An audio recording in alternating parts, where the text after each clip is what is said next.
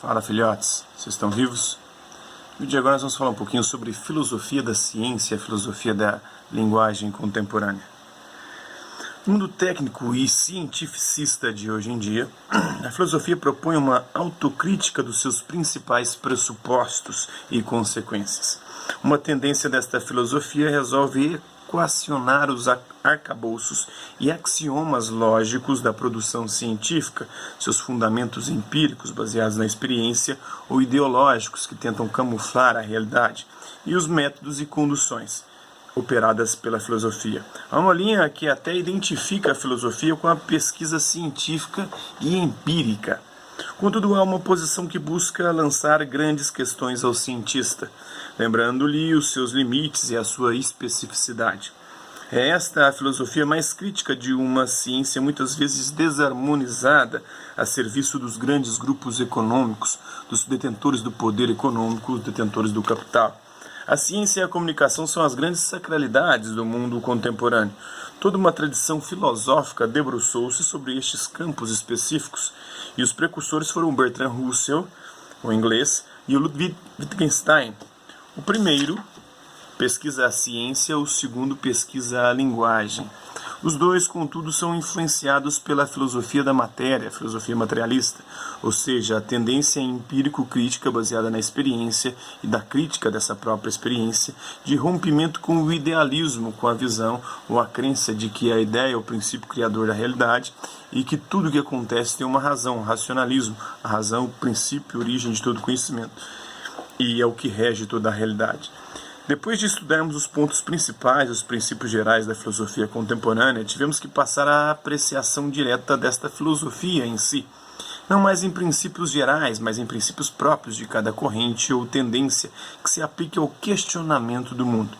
Assim, a filosofia da matéria, a filosofia materialista, que acredita que a matéria é o princípio criador de toda a realidade, que se desenvolve num processo evolutivo e que também as condições materiais é que determinam a nossa forma de pensar, com suas raízes profundas no kantismo, no próprio Kant, que dizia que tudo aquilo que não for passível de experimentação sensível não pode ser objeto de conhecimento, portanto não pode ser objeto de estudo da ciência. E o seu criticismo, sua crítica da razão pura, dizendo que a razão pura em si não teria o que pensar se não fossem os dados da experiência. Então, na supremacia da razão prática sobre a especulativa. Na razão prática ele vai admitir postulados metafísicos, mas na razão pura ele não vai admitir, porque essa deveria trabalhar, ou na crítica da razão pura ele vai trabalhar a questão da ciência, e essa deveria abordar somente aquilo que fosse passível de experimentação sensível. E nas influências hegelianas de uma síntese experimental através da tese, da antítese, da síntese, do processo dialético, se tornará proclamadora do empírico, daquilo baseado na experiência sensível, da ciência como salvação para a humanidade, da matéria como única realidade que se desenvolve no processo dialético evolutivo, do conhecimento empírico e científico como único meio de realização da humanidade. Só a ciência poderia nos salvar, porque só ela traz respostas concretas para os problemas humanos. A filosofia da matéria, germinada mais claramente em Bertrand Russell, que influenciará em campos opostos Wittgenstein e os marxistas, como Marcuse, a Escola de Frankfurt e outros, culminará no positivismo lógico do Círculo de Viena e na filosofia da linguagem. O positivismo lógico, o neopositivismo, vai dizer ou vai tentar abordar a ciência e a linguagem, tentando estabelecer uma linguagem que seja exata, não ambígua, para ser usada na própria ciência, e só admite, como passível de averiguação, aquilo que for concreto, aquilo que tiver correspondência na realidade, aquelas palavras que a gente pode ter um correspondente. Por exemplo, quando eu falo de livro, eu tenho um objeto livro, mas quando eu falo de Deus, não tem um objeto Deus. Isso é uma abstração, e essa abstração deve ser abolida de todo e qualquer estudo filosófico e científico, segundo o Círculo de Viena e a filosofia da linguagem. É do próprio sistema materialista a concepção de que o mundo real é um amontoado de dados sensíveis, de matéria, que pode ser percebida pelos nossos sentidos, que deve ser ordenado e aplicado como conhecimento científico, o único conhecimento verdadeiro, o único que existe. Bertrand Russell proporá o conhecimento e o progresso pela lógica e pela matemática, e aí ele vai também dar origem à filosofia da matemática contemporânea. E o Wittgenstein pela questão da linguagem, pelas proposições linguísticas, para ver aquelas que têm sentido ou não, que têm encadeamento lógico ou não, aquela que possui correspondência na realidade ou não. Assim se decreta a falência das metafísicas, qualquer apelo a algo além desse mundo, algo que não seja empiricamente demonstrável, como inúteis e vazias, incapazes de serem traduzidas na matéria. Só a matéria existe e só ela constitui a realidade, segundo o círculo de Viena, os neopositivistas, segundo a filosofia da ciência e da linguagem moderna. Nesta proposição, a filosofia da matéria, se bem que diversa em si mesma, em seus componentes, propõe a ciência do sensível, do que é possível nós percebemos com os sentidos, como a base do progresso e da realização humana.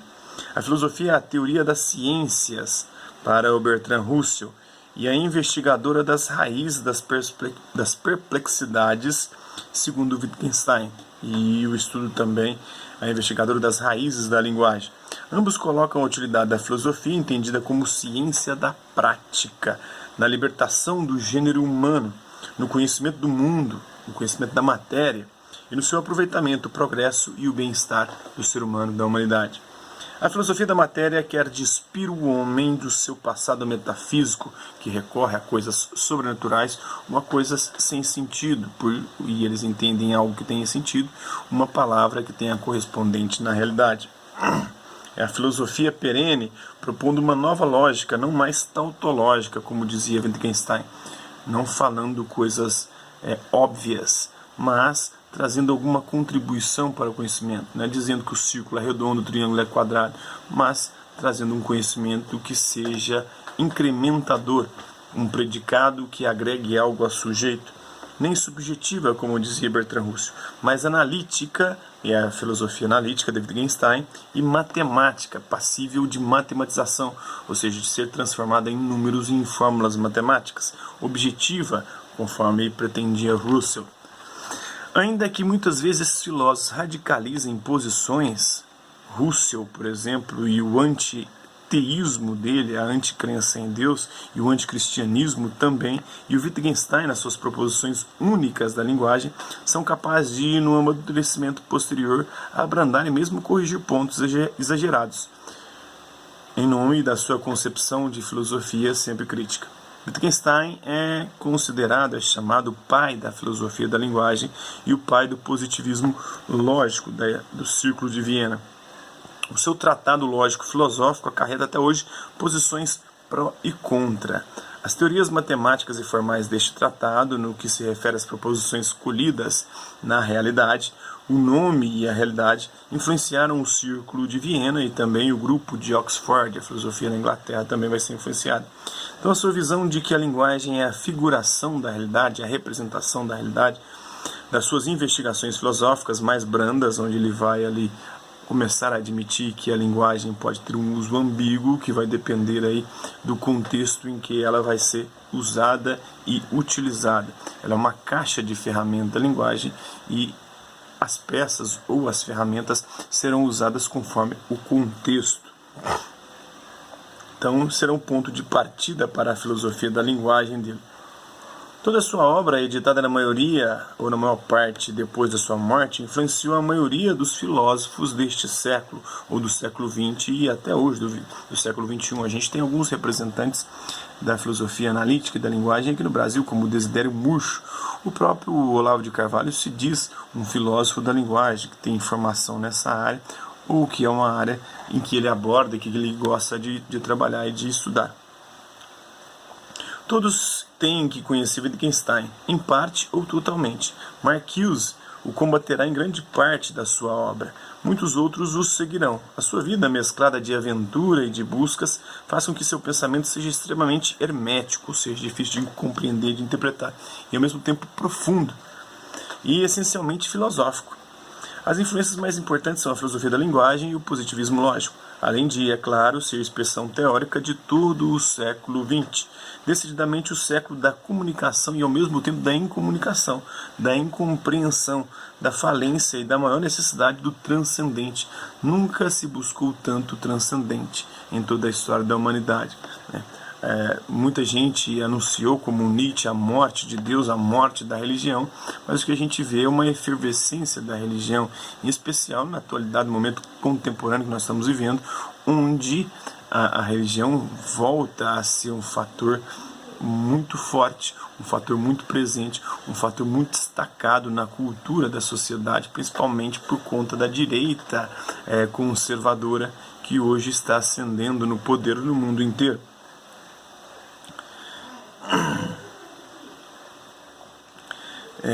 A linguagem da falência, da maior necessidade do transcendente, da linguagem fática como o maior problema.